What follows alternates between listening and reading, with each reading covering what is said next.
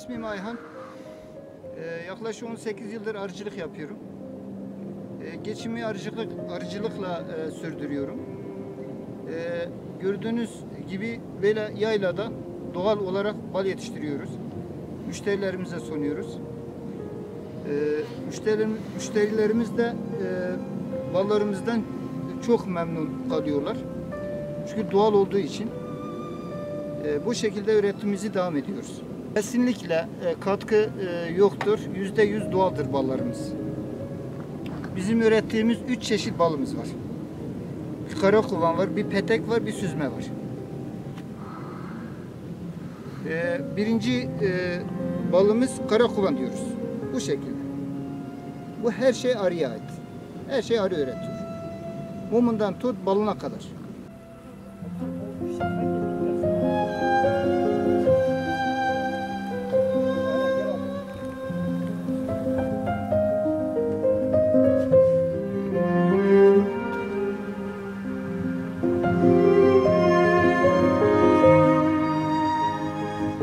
Bu da petek balımız. Gördüğünüz gibi arı hepsini doldurmuş maşallah. Bu tarafına sır çekmiş. 3'te 2'sini sır çekmiş. Bu tarafta da hemen hemen aynı.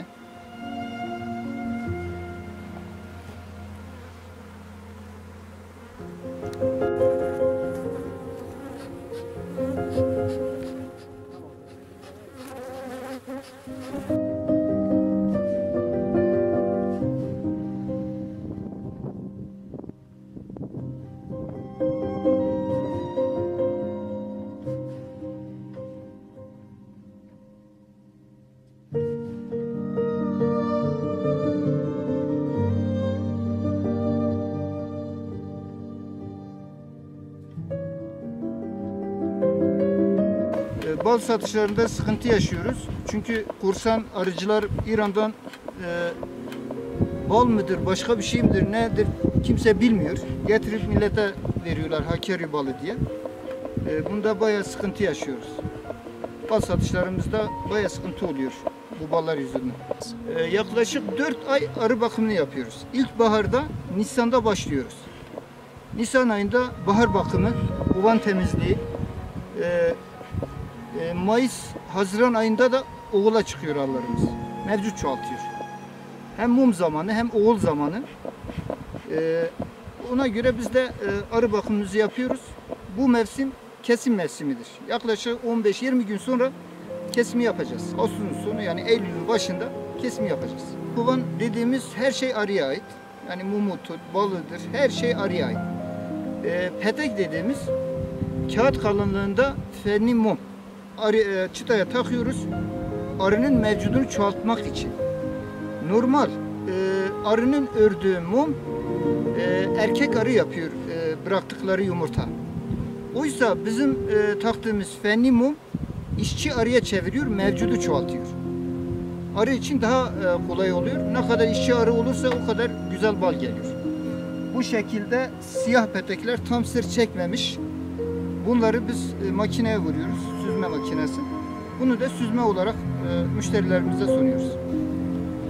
Biz ballarımızı %70'i il dışına satıyoruz. Genelde il dışına satıyoruz ballarımız. Çok da tutuluyor Hakkari balı. Gerçekten kaliteli bal Hakkari'de üretilirse yani verimi çok yüksektir. Çok da güzel bir kalite çıkıyor. Normal şu an gördüğünüz balın fiyatını karakovanın kilosunu 120-130 liradan biz müşteriye veriyoruz. Memnun da kalıyorlar. Peteği 70-80 liradan veriyoruz. Süzmeyi aynen 70-80 liradan müşteriye sunuyoruz. Televizyonlarda, reklamlarda 5 kilo, 10 kilo, 100 liraya verilen onlar bir kere bal değil. Glikoz mudur, mısır şurubu mudur kimse bilmiyor. Lütfen kimse onlara kalmasın, çocuklarına yedirmesin. Yani hastalıktır, başka bir şey değildir. Gerçek bal şifadır. Kışın evlerde, bal yenilen evlerde kolay kolay hastane yolu görmezler. Çünkü bir şifa deposudur bu. Gerçek bal ama. Normalde 10 kilosu 100 lira denilen bal değil bir kere. Lütfen kimse çocuklarına vermesinler. Çocuklarını zehirlemesinler.